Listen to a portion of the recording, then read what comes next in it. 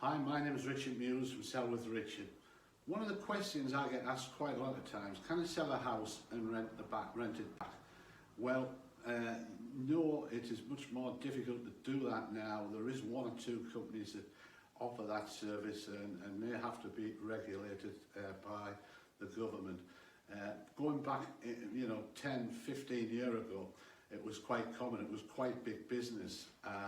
Where there was a lot of council houses that was sold and suddenly the property boom came and the values went up massively, and a lot of people said, right, yeah, we can get some cash out here, we can still live in the property, we can pay a market rent, but we can get a lot of cash out and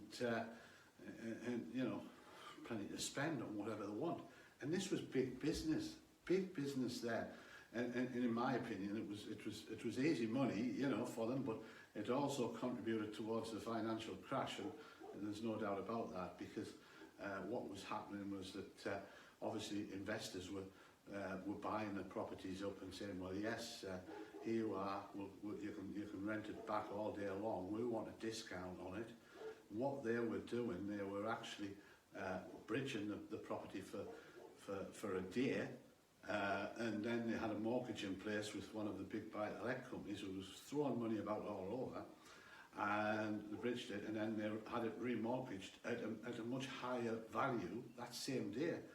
So when the transaction actually went through, say they've got the mortgage at 100,000, they've actually paid the vendor 80, they've took £20,000 out straight away. So it was big business, and it went on and on and on, but a lot of people started to lose their homes over it, and the government, had alarm bells and said, look, this has got to stop, this can't go on. So then they brought in regulation, I think through the the financial services industry, that you had to be regulated, and the cost of being regulated was quite a lot of money. So that's the answer to it, that you can't really do that. It's illegal unless it's through, I think there's just 2 companies that do it now, so it's illegal to do it. And I know that well, because I was involved buying a lot of houses for people back in those days, and it was the boom time, but unfortunately it had to come to the end.